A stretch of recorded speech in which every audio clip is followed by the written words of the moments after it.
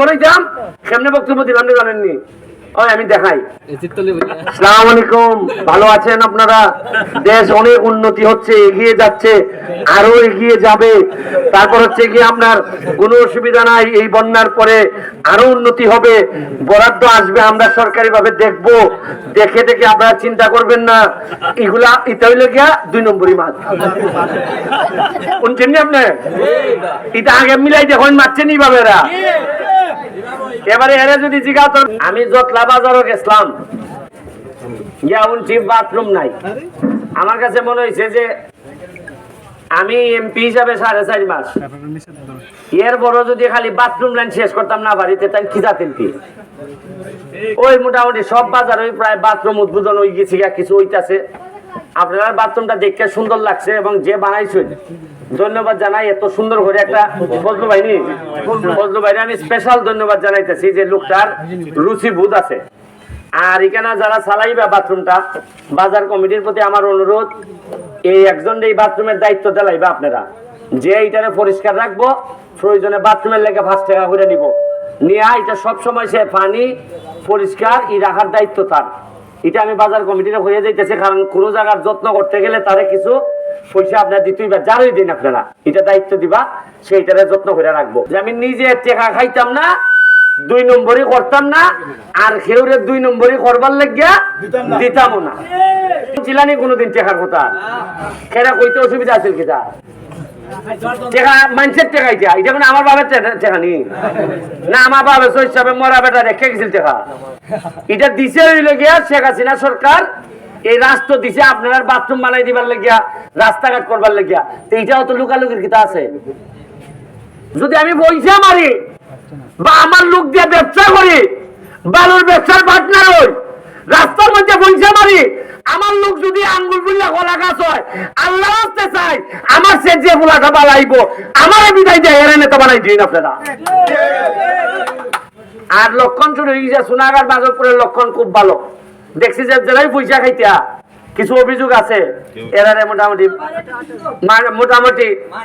Minus করে, ওই যে বেটা বুঝতে লাগছে মাইনাস। ওই সাজা খামের কাম বছরে 5 বছরে 1 লাখ আমি করে দিবা, এটা গিয়া যিনি মাইনাস হইবার তাই নিয়ে মাইনাস করে দিবা, দেখবেন এরপরে খালি প্লাস আর প্লাস, খালি প্লাস আর প্লাস হইব।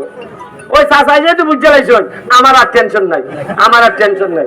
আপনারা যা লাগে আপনারা আমার সাথে যোগাযোগ করবা, আর আমার সাথে দেখা করবার লেগে কোনো পর্দা লাগে না। বোড়া মোটা নেতা আমার সাইডিতে নাই, যে 3-4 নেতা আবার আমার দ্বারা যাইতে এইটা নাই, একবারে সুজা।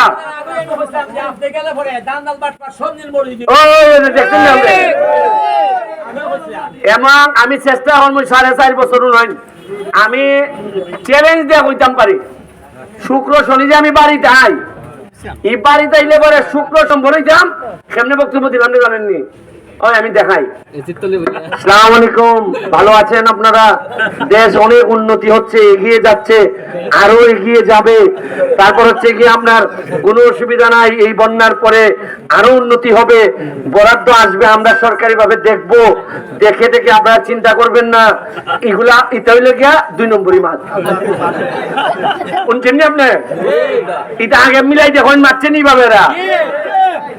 এবারে এরা যদি জিজ্ঞাসা করবা তোমার নাম কি, বা এর বাবার নাম হয়, আর আইলো কোনো সমস্যা নিয়ে বক্তব্য, 18 বক্তব্য দেয়, দিয়া সমস্যার কথা কেউ করেনি না।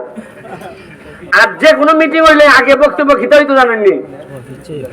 মাননীয় নেতা, আপনি যে উন্নতি করছেন, পাকিস্তান আমলের পরে এত উন্নতি আর হইছে না, খানেন আর খানেন দেশ ইটা কইছেন না? আর আসল খামো বাথরুম নাই, ইটা যে কইছে এমন লোক গেছে বক্তব্যের মধ্যে কইছিল কাজ হইছে না, তারে কইছে না এরা পুলিশের দেনিয়া।